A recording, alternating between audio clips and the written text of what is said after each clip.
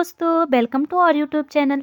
आज हम जो बात करेंगे वो सिंधु घाटी सभ्यता का पार्ट सेकंड रहेगा। कल पार्ट 1 पे हम डिस्कस किए थे और आज जो रहेगा वो पार्ट सेकंड पे रहेगा और हम नगर नियोजन तक पहुँचे थे। उसके आगे का वीडियो हम स्टार्ट करते हैं, लेकिन इससे पहले ये जान लेते हैं कि जो सिंधु घाटी सभ्यता थी इसमें लगभग 1500 स्थल का अभी तक पता चल पाया है। ठीक है, 1500 स्थल का अभी तक पता चल पाया है, लेकिन इसमें यह है कि केवल सात नगर ऐसे हैं, 7 स्थल ऐसे थे जिनको नगर की संज्ञा दी गई थी। और ये 7 स्थल कौन कौन से थे उसको एक बार हम देख लेते हैं, मतलब सुन लेते हैं कि पहला हमारा आ जाता है हड़प्पा, और दूसरा आ जाता है मोहनजोदड़ो, तीसरे नंबर पे आ जाता है चंद्रहूदड़ो, फिर चौथे नंबर पे लोथल, फिर इसके बाद में हमारा कालीबंगा आ जाता है, छठे नंबर पे हमारा सुत कागडेर आ जाता है, और 7वें नंबर पे हमारा सुत कोटदा आ जाता है। तो ये जो 7 स्थल हैं इसको नगर की संज्ञा दी गई है। अगर स्थल पूछा जाए तो वो तो 1500 स्थल का अभी तक पता चल पाया है,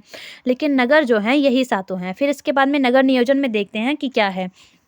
तो नगर नियोजन जो है यह विश्व की प्रथम नगरीय सभ्यता थी। जो सिंधु घाटी सभ्यता थी, सिंधुवासी जो लोग थे, यहाँ के लोग नगर नियोजन मतलब नगरीय सभ्यता में रहते थे। फिर यह अपने विशिष्ट नगर नियोजन के लिए प्रसिद्ध है। यह जो सभ्यता है यह अपने विशिष्ट नगर के लिए प्रसिद्ध है, मतलब यहाँ पे व्यवस्थित क्रमबद्ध जो है नगर नियोजित किए जाते थे, बसाए जाते थे। फिर देखते हैं कि नगर 2 भागों में बटे हुए होते थे।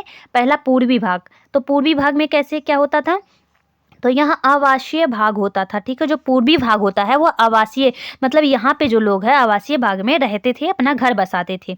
फिर देखते हैं आगे की जो दूसरा भाग आ जाता है उसमें यह हिस्सा, जो दूसरा हिस्सा होता था यह दुर्गीकृत होता था, मतलब दुर्ग के नुमा होता था, और यह यहाँ पे ऊंचे ऊंचे जो है टीले स्थित होते थे। ठीक है, पश्चिमी भाग में। फिर देखते हैं आगे जो हमारा आ जाता है। और अगर ये पूछा जाए कि जो सिंधुवासी जो लोग थे, हड़प्पा वाले जो लोग थे, उनका जो मुख्य व्यवसाय क्या था, अगर किस चीज़ का व्यवसाय मुख्य रूप से वो करते थे, तो वो कृषि ही था। ठीक है, फिर इसके बाद में देखते हैं नगर नियोजन में कि जो सड़कें होती थी यह एक दूसरे को समकोण पर काटती थी। ठीक है, ये नहीं कि उल्टा सीधा काट दे, तो जो सड़कें थी ये समकोण मतलब समान कोण पे काटती थी। फिर इसके बाद में आते हैं कि जो शहर था कैसा था, तो शहर ग्रिड पैटर्न पर बसे हुए होते थे। ठीक है, मतलब ग्रिड पैटर्न पे बसे हुए थे। पैटर्न बहुत थे, ग्रिड पद्धति और भी जो है सभ्यता बहुत सारी हुई हैं, लेकिन जो इस सभ्यता में जो है ग्रिड पैटर्न पे शहर बसे हुए थे। फिर इसके बाद में घरों के दरवाजे मुख्य रूप से कहाँ किस तरफ खुलते थे, तो मुख्य मार्ग के पर नहीं खुलता था।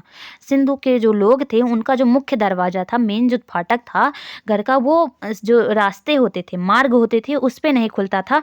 लेकिन इसका एक एक्सेप्शन है, जो अपवाद है वो है केवल सिंधु घाटी सभ्यता में केवल एक ऐसा जगह है, लोथल नगर है, जिसमें जो है दरवाजे मुख्य रूप से रास्ते पे खुलते थे। ठीक है, लेकिन और जितने भी सभ्यता, जितने भी नगर हुए हैं, स्थल हुए हैं, इसमें उसके सब के दरवाजे पीछे की तरफ खुलते थे। ठीक है, और देखते हैं कि यह घर में समानता, मतलब एक घर में क्या क्या होता था। तो एक घर में 3 या 4 कक्ष होते थे। कक्ष मतलब कमरे होते थे।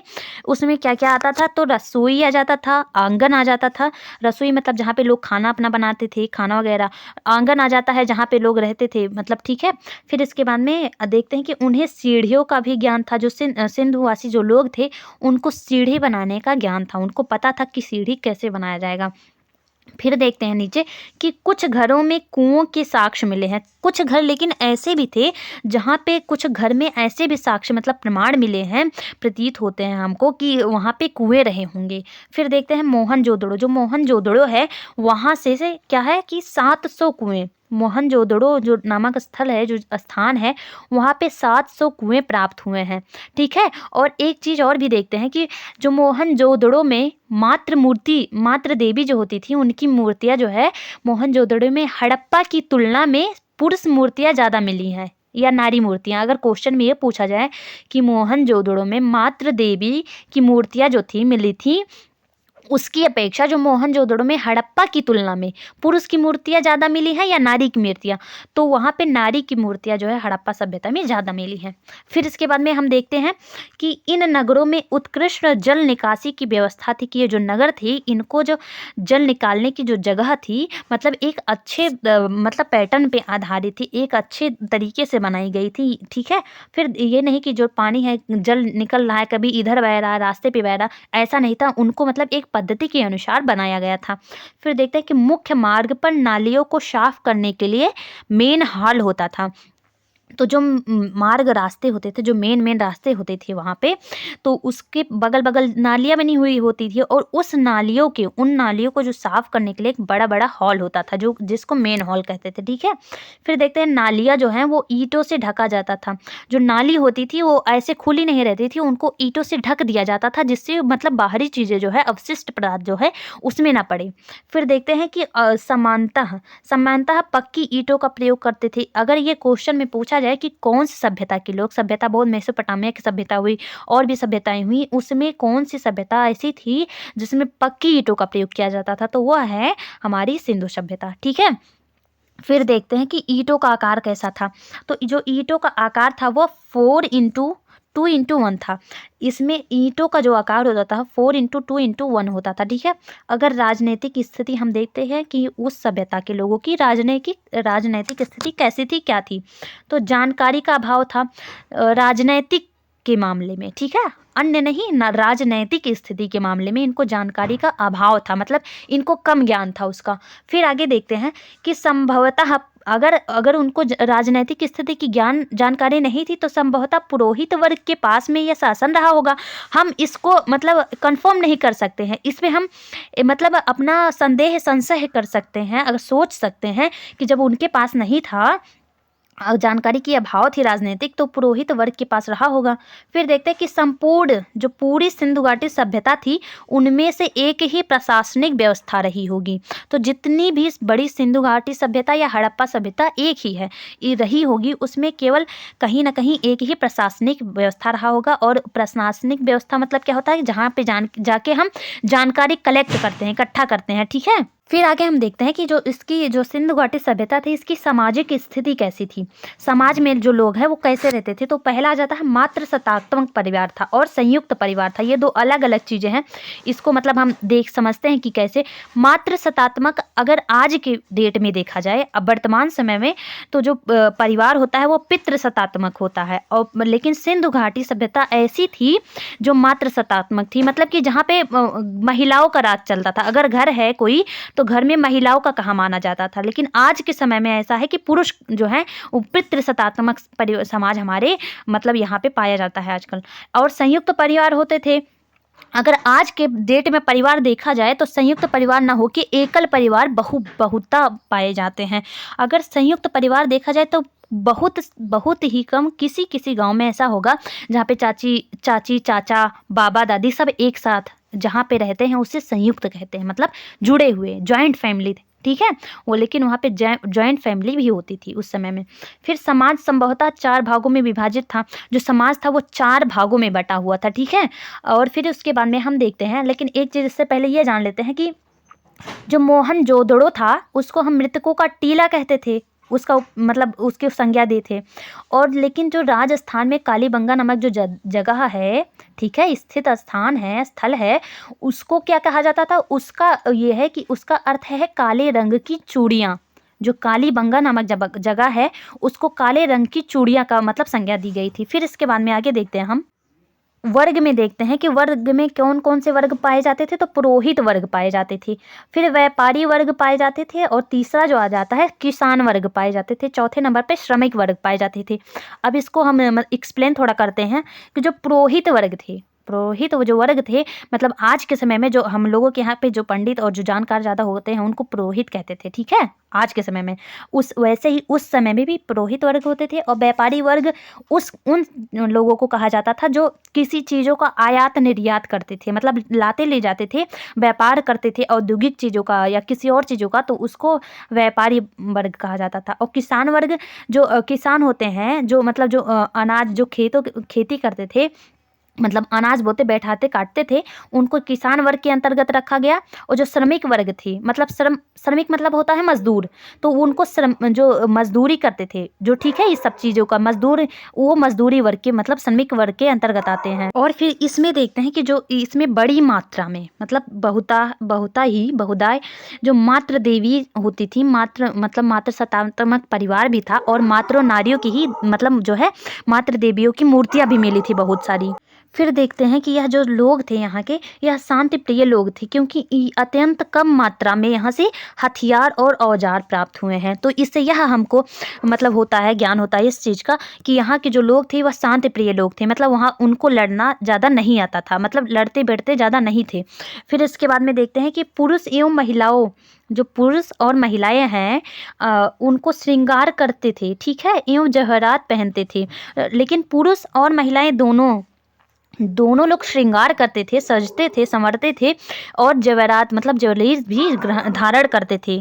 फिर देखते हैं कि यहाँ के जो लोग थे वो कैसे थे। तो यहाँ के लोग शाकाहारी एवं मांसाहारी दोनों थे, ठीक है। फिर इसके बाद में देखते हैं कि क्या करते थे। तो ये जो इनका प्रिय था, जो लोकप्रिय इनका मतलब जो ये खेल था, इनको जो पसंद था वह शतरंज एवं मुर्गों की लड़ाई। आज के ज़माने में अगर देखा जाए तो बहुत सारे खेल हुए हैं खेल जगत में, जूडो, कराटे, जिम्नास्टिक और भी चीज़ें हैं, ठीक है, शतरंज, जिसमें से शतरंज भी आज का भी खेल है शतरंज। लेकिन यहाँ के लोग शतरंज खेलते थे और मुर्गे अपना अच्छे से ले लेते थे, उनको खूब लड़ाते थे, यही इनका खेल था, ठीक है। फिर देखते हैं अंतिम संस्कार। जो अंतिम संस्कार की 3 विधियों का प्रचलन था इसमें, ठीक है। इस सभ्यता में अंतिम संस्कार की जो 3 विधियां हैं उनका प्रचलन था। लेकिन अगर हिंदू धर्म के अनुसार देखा जाए, जो हिंदुओं में कितने संस्कार होते हैं, तो वह 16 संस्कार होते हैं, जिनमें से एक अंतिम लास्ट जो होता है वो अंत्येष्टि संस्कार होता है। तो फिर देखते हैं कि इस अंतिम संस्कार में कौन कौन से थे। तो पूर्ण श्राद्धान था, जिसमें आंशिक श्राद्धान था, और तीसरे नंबर पे दाह संस्कार आ जाता है, ठीक है। लास्ट में यह दाह मतलब कि आग भी देते थे, अग्नि से मतलब जलाते भी थे। फिर देखते हैं कि यह आत्मा एवं पुनर्जन्म में विश्वास करते थे। यहाँ के जो लोग थे वह आत्मा में और उनको पुनर्जन्म में, ठीक है, विश्वास था कि हाँ पिछले कोई जन्म, इससे पहले हम किसी जन्म कोई ले रहे होंगे, इसमें ये विश्वास करते थे। फिर देखते हैं कि लोथल में 3 व कालीबंगा में 1 युग्मित स्वाधान मिला है, ठीक है। लोथल जो नामक जगह है, नगर है, उसमें 3 स्वाधान मिले हैं, और उसमें और युग्मित मतलब जुड़े हुए, युग्म मतलब जोड़े, ठीक है। वहाँ पे कालीबंगा में युग्मित स्वाधान मिला है। फिर देखते हैं धार्मिक स्थिति कि ये लोग धार्मिक मतलब कैसे थे। तो यह प्राकृतिक बहुदयवाद में विश्वास करते थे। प्राकृतिक मतलब पेड़ पौधे आ जाते हैं, प्रकृति में जितने भी जानवर भी आ जाते हैं प्राकृतिक में, ठीक है, तो उसमें विश्वास करते थे। और बहुदेव मतलब केवल एक देवी या देवता को नहीं पूजते थे, बहुत सारे देवी देवताओं को की पूजा उपासना ये करते थे। फिर देखते हैं कि पुरुष एवं महिला देवताओं को पूजा करते थे, ठीक है, पूजते थे, पुरुष को भी पूजते थे, महिलाओं को भी पूजते थे। लेकिन इस सभ्यता में महिला जो है, महिला देवियाँ जो थी, उनकी ज़्यादा मान्यता थी।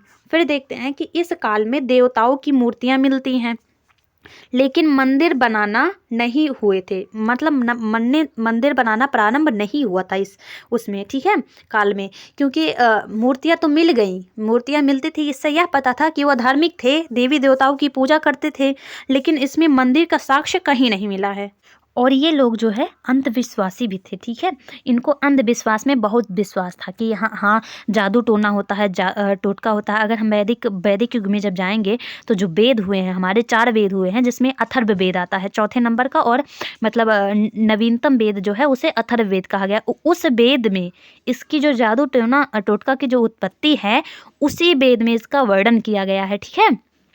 फिर इसके बाद में देखते हैं कि ये जादू टोने टोटके में विश्वास करते थे। मतलब अगर इनको ये था कि अगर कहते हैं ना, अभी भी कहते हैं कि नज़र लग गया, भूत पकड़ लिया, प्रेत पकड़ लिया, तो ये जादू टोना टोटका ही तो है, तो इनको उसमें विश्वास था। फिर देखते हैं आगे, इनमें जो है बलि प्रथा में विश्वास था कि बलि दिया जाता था। अभी भी, अब तो बहुत ही कम हो गया है, लेकिन कहीं कहीं पे ऐसा देखा जाता है कि जहाँ पे मतलब बलि दी जाती है, जैसे सूअर की, बकरे की बलि दी जाती है, तो उसमें जो है यह प्रथा प्रचलित थी उस समय।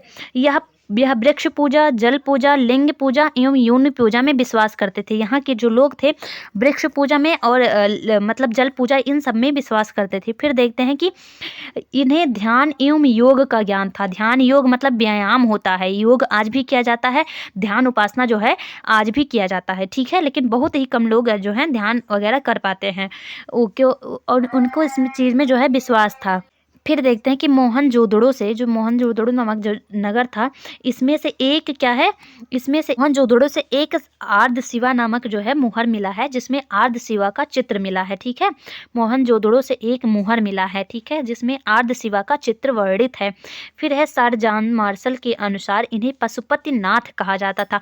और पशुपतिनाथ किन्हें? महादेव को। महादेव की ही तो सवारी होते हैं बैल गाय शेर सब।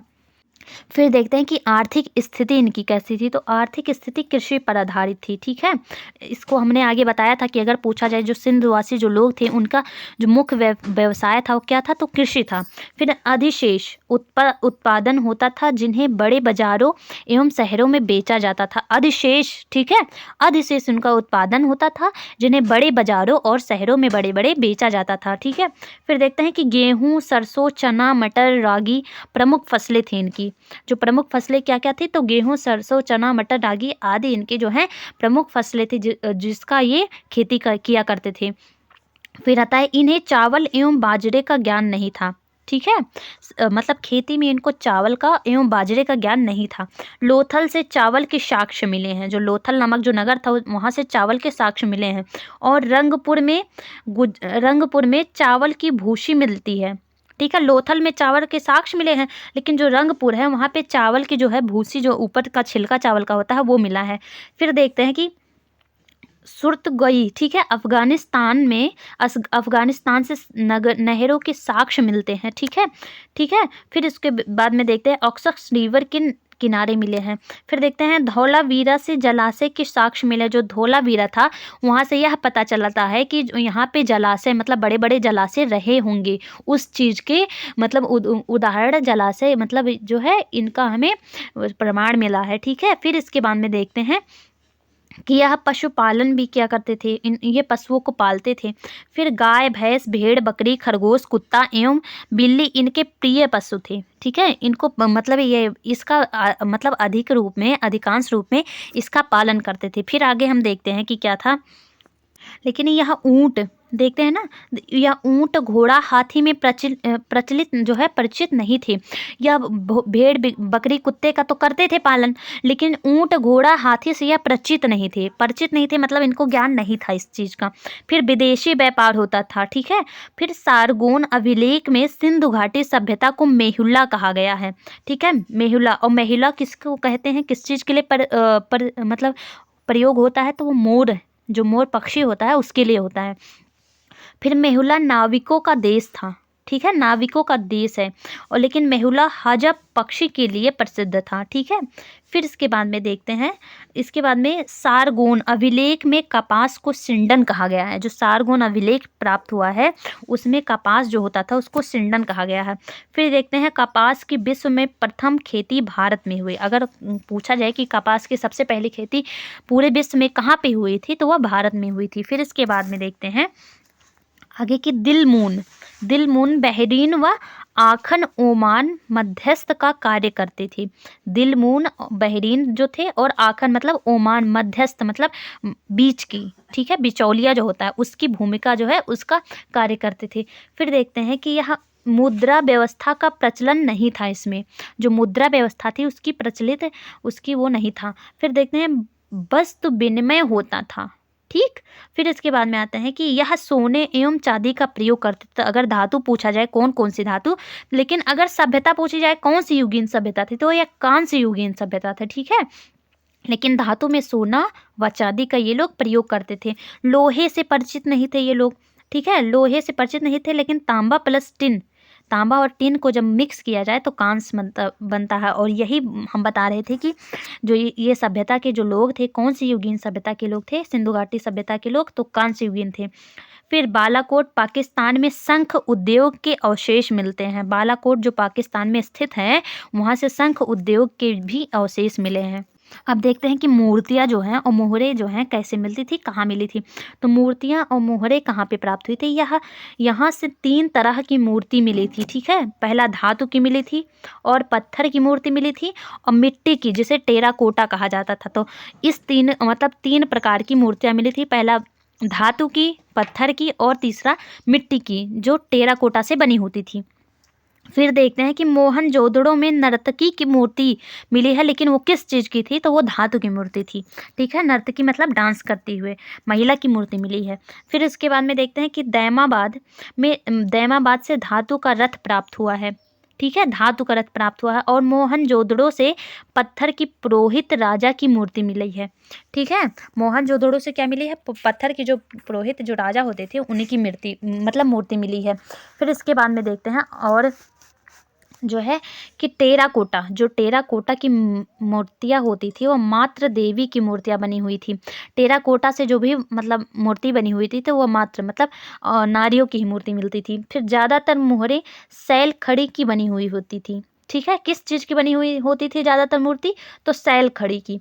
फिर देखते हैं कि ज़्यादातर मोहरे चौकोर हुआ करती थी, मतलब 4 आकार होता था उनको। ठीक है, फिर इसके बाद में देखते हैं कि मोहरे जो थी और वस्तुओं की गुणवत्ता जो थी वह एक व्यक्ति की पहचान की घोतक होती थी। ठीक है, एक ऐसे लगता था कि जो मूर्ति हो रही है उसकी जो गुणवत्ता, उसकी जो मतलब क्वालिटी है, वह एक व्यक्ति की पहचान की घोतक हुआ करता था। ठीक है, फिर देखते हैं कि मोहरे जो हैं यह एक सिंगा मतलब एक श्रृंगी सबसे ज़्यादा मिली है। फिर मोहनजोदड़ो व हड़प्पा से बड़ी मात्रा में मोहरे प्राप्त हुई हैं। कुबड़ वाला सांड का भी चित्र मिला है, कहाँ पे, मोहरों पे। फिर लेकिन एक बार चलिए ये देखते हैं कि अगर पूछा जाए कि सिंधु घाटी की जो प्राचीन संस्कृति है वह और आज के हिंदू धर्म के बीच ऑर्गेनिक संबंध का प्रमाण अगर पूछा जाए किसकी पूजा से मिलता है, तो वह पत्थर पेड़ और पशु। ठीक है, इससे यह प्रतीत होता है कि आज भी हम पत्थर की मूर्ति का पूजा करते हैं, पेड़ का पूजा करते हैं, पशु की भी किसी किसी की पूजा करते हैं, नंदी जो बैल है उसका पूजा करते हैं ना। तो यही चीज़ है जो जिसका प्रमाण आज भी मिलता है। फिर इसके बाद में थोड़ा और अगर हम देखें कि क्या है, कि आगे चलते हैं, फिर देखते हैं कि जो सिंधु घाटी सभ्यता थी इसका पतन मतलब इसका विनाश कैसे हुआ, इसका कारण क्या था, किस कारण से हुआ होगा, उसके बारे में हम जानने की कोशिश करते हैं। तो सिंधु घाटी की जो सभ्यता है उसके पतन के कारण पहला देखते हैं कि गार्डन चाइल्ड व मार्टिमर व्हीलर के अनुसार, इनके अनुसार आर्यों का आक्रमण। अगर एक चीज़ ये भी देखें कि जो आर्य जब आक्रमण किए थे तो उन्हीं के कारण इनकी सभ्यता का पतन होने का कारण बना। फिर देखते हैं कि एस आर राव और सर जॉन मार्शल व मैकी के अनुसार बाढ़ भी था इसका कारण। अगर हो ऐसा भी हो सकता था कि हो सकता हो कि बड़ी मात्रा में बाढ़ आया हो और उस समय उसी कारण वहाँ पे मतलब उस सभ्यता का पतन हो गया हो, विनाश हो गया हो। फिर देखते हैं कि सर जॉन मार्शल के अनुसार इनकी क्या मत है इसमें, तो प्रशासनिक शिथिलता थी। ठीक है, फिर इसके बाद में देखते हैं कि अमलानंद घोष के अनुसार, ठीक है, अमलानंद जी आए, उन्होंने अपना राय दिया, उनके अनुसार जलवायु परिवर्तन मतलब जलवायु में चेंजेस होते हैं, इस समय होते हैं सर्दी जाड़ा ठंडी आता है, गर्मी आता है। तो फिर उसके बाद में वो ये अनुसार गेस कर रहे हैं कि हो सकता है जलवायु भी परिवर्तित हुआ हो, इसकी वजह से उनका पतन हो गया हो। फिर देखते हैं कि यूआर कैनेडी के अनुसार, ठीक है, तो यह है प्राकृतिक आपदा जो है, जैसे बाढ़ आ गया, कहीं पत्थर बड़ा बड़ा गिर गया, पहाड़ टूट के गिर गए, ज्वालामुखी विस्फोट हो गया, तो ये ऐसा भी उनका अनुमान था कि ऐसा भी हो सकता था, शायद ऐसा हुआ हो कि प्राकृतिक आपदा आ गई हो, इस वजह से इनका मतलब पतन हो गया हो। फिर माधव स्वरूप जी आए, उन्होंने अपना मत दिया, कहा माधव स्वरूप वत्स जी जो थे इनके अनुसार नदियों ने अपना रुख बदल लिया, मतलब जो नदी सीधे बहती थी वो उल्टा बहने लगी, तिरछा बहने लगी, जो जिस अनुसार मतलब जिस मार्ग से बहती थी वो अपना मार्ग चेंज कर ली हूँ, इस वजह से भी हो सकता था। तो इसका निष्कर्ष जो है हम देखते हैं, तो यह इतनी विशाल सभ्यता के पतन के लिए जो है, इतनी विशाल सभ्यता जो इतनी बड़ी सभ्यता थी, इसके पतन के लिए बहुत सारे कारण जिम्मेदार या उत्तरदायी रहे होंगे। एक या दो सभ्यता के लिए तो नहीं हुआ होगा, क्योंकि इसमें बड़े बड़े शहर थे, तीन देशों में फैला हुआ था, तो इतनी मतलब कोई ना कोई मतलब बड़ा ही कारण रहा होगा। फिर देखते हैं कि कालीबंगा, रायगढ़ी, ठीक है, और धौलावीरा पूर्व हड़प्पाकालीन सभ्यता स्थल मतलब नगर में आते हैं, और रंगपुर और जो रोजदी आता है वह उत्तर हड़प्पाकालीन स्थल में आता है, इसको ध्यान रखेंगे। ठीक है, तो जो हड़प्पा सभ्यता, सिंधु घाटी सभ्यता या हमने जो पढ़ा है ये आज ख़त्म हो गया और कल से जो हम नया नेक्स्ट वीडियो स्टार्ट करेंगे मतलब तो वो रहेगा वैदिक युग। ठीक है, वैदिक युग के बारे में हम जानेंगे। और एक चीज़ ये जान ले कि जो कालीबंगा जो जगह थी, जो कालीबंगा थी, यह कहाँ पे थी, तो मतलब किस नदी के किनारे थी, तो ये भारत में स्थित थी और घग्घर नदी के किनारे हनुमानगढ़ जो राजस्थान में नामक जगह है वहाँ पे स्थित थी। ठीक है, फिर इसके बाद में कल जल्द ही मिलते हैं नेक्स्ट वीडियो में। तब तक के लिए धन्यवाद।